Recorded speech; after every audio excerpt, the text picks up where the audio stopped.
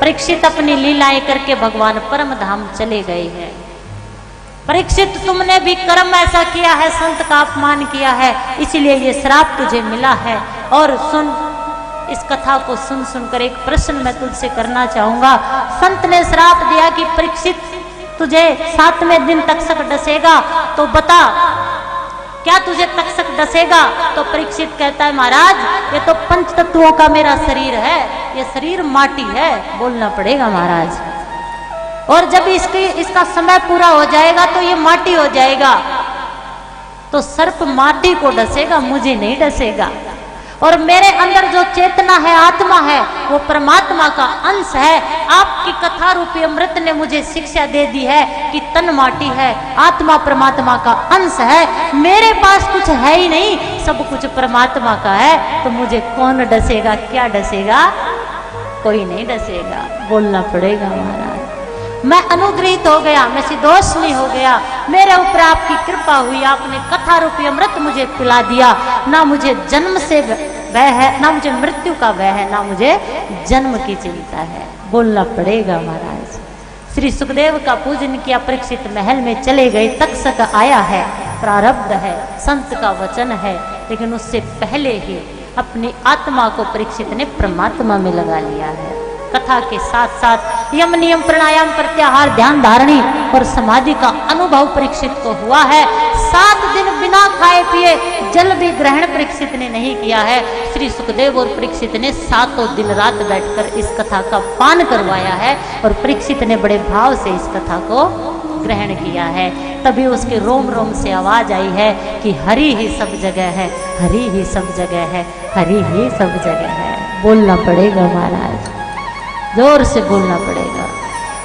वो पात्र बन के आया है, वो गलती मान के आया है, वो सब कुछ छोड़ के आया है, इसलिए कथा ने उसे हरि में बना दिया।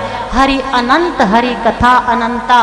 7 दिवसीय श्रीमद् भागवत कथा का आज हम विश्राम की ओर जा रहे हैं। ऐसा कोई सुख भोग नहीं जिसके पीछे दुख रोग नहीं, ऐसा कोई संयोग नहीं जिसका कोई वियोग नहीं।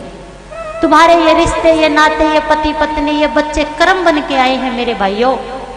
और कथा चाहे कहने का तरीका, उच्चारण कोई भी हो, सबका अपना अपना वक्तव्य होता है, लेकिन बात आपको यही समझानी है, ये शरीर माटी है, ये रिश्ते आपके प्रारब्ध हैं, आपको भोगने पड़ेंगे, चाहे हंस के भोगो, चाहे रो के भोगो। और ये आत्मा जो आपके शरीर के अंदर है, ये परमात्मा का अंश है, बोलना पड़ेगा महाराज।